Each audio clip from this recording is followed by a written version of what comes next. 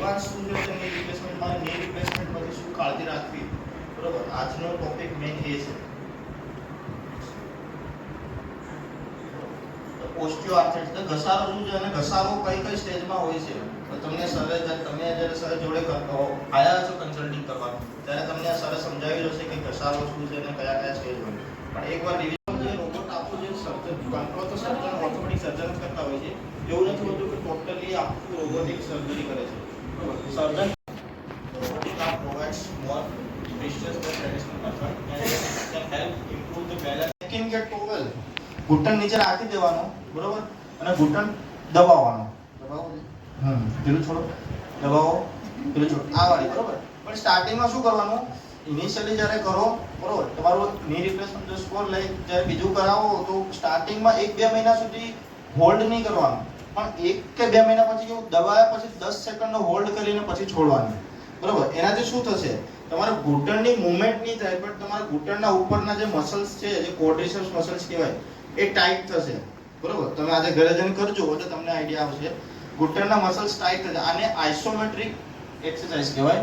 સ્નેહ મિલન જેવું કહો કે એક આત્મીયતાના સંબંધ માટેનું એક તાતણો હોય એ માટે આ એક પ્રોગ્રામ રાખ્યો છે આપણે, ખાસ કરીને એના માટે કે ઘણા બધા પેશન્ટને અમે જોયું છે કે જ્યારે ફરીથી મળવા આવતા હોય 6 મહિને વર્ષે અથવા એમના કોઈ રિલેટિવને બતાવવા લઈને આવતા હોય તો અમુક લોકોને એવું સારું સાહેબ તમે તો અમને ભૂલી ગયા. એવું ના થાય અને એક પરિવારની ભાવના રહે એના માટે એક આપણે આયોજન કરેલું છે. બીજું એક આનું હેતુ એ હતું કે આપણે જે અત્યારે ઓર્થોપેડિકમાં ખાસ કરીને નવી ટેકનોલોજીથી કંઈ આપણે જે પ્રોસેસ કરી રહ્યા છીએ, અમુક જે ફાયદા સ્પેસિફિકલી પેશન્ટ્સને મળી શકે છે એના માટે, પ્લસ અમુક જે ટ્રીટમેન્ટો છે કે ખાસ કરીને હવે બધા અવેર થયા રોજબરોજની ક્રિયાઓ, ઊભા રહેવું, ચાલવું, બેસવું, બરાબર, બેઠા પછી ઊભા થવું, સીડી ચડવી ઉતરવી, બરાબર, લાંબુ વોકિંગ માટે જવું, આ બધા રૂટીન પ્રોસેસ છે એ આપણે કરવી જ પડે, અધરવાઇઝ આપણે બેડ રિડન. તો એ જે એડીએલ કહેવાય એમાં તમને પેલા કરતાં અત્યારે કેટલું ઇમ્પ્રુવમેન્ટ છે. અત્યારે કોઈ તકલીફ એવી છે, બરાબર, કે જે અમે એડ્રેસ કરી શકીએ અથવા તો એનું રીઝન શોધી શકીએ. ખાવા પીવાનું ઓછું થઈ જાય, એમનું ચાલવા કરવાનું ઓછું થઈ જાય એટલે મેન્ટલી બી થોડા વીક થઈ જાય, પ્લસ એમને ન્યુમોનિયા કે બીજી કોઈ કંઈ કન્ડિશન હોય તો એ બી નબળું પડવા લાગે, હાર્ટનું વર્કિંગ ના થાય એટલે એને બી લોડ પડવા લાગે. એટલે આ બધું એકને કોમ્પ્લિકેશન ઊભા થતા રહે. એટલે આવું થવા શું કરવું, તો એના માટેનું આ પ્રિવેન્શન રાખો. ઇન્ડિયામાં મિલિટરી એસોસિએશન ચલાવું છું અને એ નાતે અમારી ઘણી મિટિંગોમાં અમે એમને બોલાવેલા છે. એટલે અમારી બેંકમાં ઘણા બધાને એમના ઉપર પર્સનલી અને અંગત રીતે એક જાતનો એમનો સ્વભાવ એવો છે તો અંગત સંબંધ જેવું થઈ ગયું. જ્યારે મારે તકલીફ હતી ત્યારે 2 પગનું ઓપરેશન મેં અહીંયા ગયા ડિસેમ્બરમાં કરાવેલું, કોઈ પ્રોબ્લેમ નથી.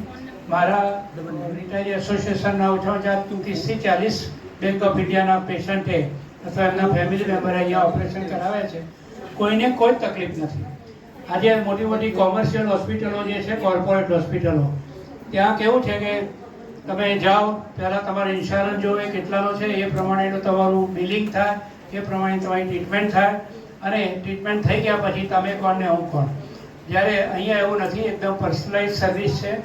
એક જ્યારે બી આવીએ ત્યારે આપણે પર્સનલી તેજસભાઈને જ મળીને વાત કરી શકીએ. મોટી મોટી હોસ્પિટલોમાં તમે જાઓ તો ફલાણા સાહેબ મોટા મોટા નામ ખરા પણ એ તમને મળે નહીં ક્યારેય. એટલે અહીંયા આપણને જ્યારે ડૉક્ટરની વાત જ્યારે આવે ત્યારે પર્સનલ સંબંધ હોય ને, આપણને એક વિશ્વાસ પેદા થયો હોય તો એ કામ સારામાં સારું થાય છે. અને અહીંયા આ સાહેબ ઓપરેશન કરે, આ સાહેબ સ્ટીચીસ લે, આ સાહેબ સ્ટીચીસ ખોલે અને એ પછીની ટ્રીટમેન્ટ પણ એ જ કરે. અને જ્યારે બી આવીએ ત્યારે સારામાં સારું થાય છે. અને અહીંયા આ સાહેબ ઓપરેશન કરે, આ સાહેબ સ્ટીચીસ લે, આ સાહેબ સ્ટીચીસ ખોલે અને એ પછીની ટ્રીટમેન્ટ પણ એ જ કરે. અને જ્યારે બી આવીએ ત્યારે એ તમે કોણ હું કોણ જેવું કોઈ વાત નથી. નોર્મલી પૈસા પણ નથી લેતા કેટલી વાર તો એ બહુ સરસ છે. અને તમે જે આ ડૉક્ટર પેશન્ટ રિલેશનશિપ જે ડીપીઆર જોઈને મેં ફર્સ્ટ રિપ્લેસમેન્ટનું મેં અહીંયા ડિસિઝન લીધું અને એટલું સરસ થયું. મેં બીજું 3 વર્ષ પછી કરાવ્યું મારા હસબન્ડને અને મારા થકી 5 થી 6 રિલેશન વાળાઓને મેં બધાને અહીંયા મોકલ્યા. સેલ્બીમાંથી જતા મેં અહીંયા મોકલ્યા છે કે નહીં તમે અહીંયા આવો તેજસભાઈ પાસે, હું હાજર રહું છું. મારા એક સંબંધીને હું અહીંયા થાપો પડી ગયા હતા અને ગોળો બદલાનો હતો, તો હું એને પણ હું અહીંયા જ લઈને આવી હતી કે નહીં, અહીંયા જે ટ્રીટમેન્ટ મળશે બીજી ક્યાંય તમને નહીં મળે. ખરેખર સ્ટાફ ને બધાના માટે બહુ સારું નથી, કોઈ ચીટિંગની જગ્યા નથી. કારણ કે મારો તો જાત અનુભવ છે. 35 વર્ષથી મારો ઘેરો સંબંધ છે. મારી બેબીને જે જગ્યાએ બોલની તકલીફ હતી, ડૉક્ટર એમ કે નસ સુકાઈ ગઈ છે, આ બેબી વર્કિંગ નહીં કરી શકે, આજની તારીખે મેરેજ કર્યા છે, બેબી ધામથી કરી શકે છે. બીજા નંબરની અંદર કે તમે આ ડૉક્ટરના મળો, આ ડૉક્ટરના મળો, એ જગ્યા નથી. ખોટા રિપોર્ટો નહીં કરાવી, ખોટી રીતે તમને ભરમાવતી નહીં. કારણ કે લૂંટવાની જગ્યા નથી, આ સચોટ જગ્યા છે. કારણ કે આ સુધી મારો તો આજકાલ મેં સાલની અંદર 10 વર્ષ જોબ કરી છે, બરાબર. હું બધા ડૉક્ટર જોડે મળી ચૂકેલો છું, પણ તે આ જગ્યા ઉપર છે, સાચી જગ્યા ઉપર તમે મળી ચૂક્યા છો કે જેથી કરીને તમને લૂંટવાની ગણતરી નથી. તમારા પાસે જે પેમેન્ટ હશે એ પેમેન્ટ પર સંતોષ આપવાવાળા ડૉક્ટર છે. જય હિન્દ, જય ભારત. ફેમિલી હોસ્પિટલ હોય, ફેમિલી પરિવાર, એ ટાઈપનો આપણને અહીંયા અનુભવ થતો હોય છે. જે વખતે એડમિટ થઈએ એ વખતે અને જઈએ ત્યાં સુધી એમ થાય કે ચાલો આપણે છોડવાનું છે, એવો આપણને અનુભવ થતો. કારણ કે કોઈ પણ હોય તો તરત જ આપણી જરૂરિયાત એ લોકો પૂરી પાડતા હોઈએ.